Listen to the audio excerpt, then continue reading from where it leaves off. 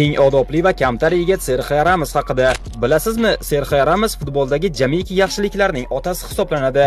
Serxio bu ishlarni ko'p bor isbotlagan, ayniqsa El Clasico'larda. Keling, bularni faktlar bilan ko'rib chiqamiz.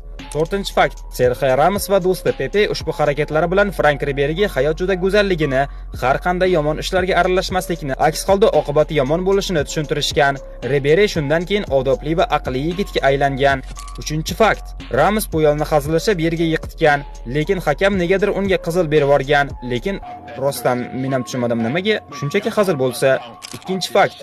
2018-yilgi Chempionlar Ligasi finalida Serxio Ramos birinchi bo'lim zerikarli o'tayotganini bilib, Salah bilan kurash tushishga qaror qilgan va uni o'zbekcha kurash tilida aytganda halol qilib yiqitgan. Lekin afsuski, Salah bunga chiday olmay yig'lab maydonni tark etgan. 1-fakt. Eng asosiysi, Ramos El Clasico'lardagi eng odobli futbolchi hisoblanadi.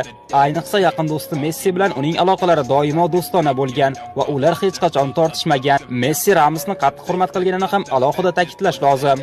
Xo'sh, siz yana qaysi odobli yigitlar haqida bilasiz? Fikringizni kommentariyada yozib qoldiring. Kanalga obuna bo'lish esa esdan chiqmasin.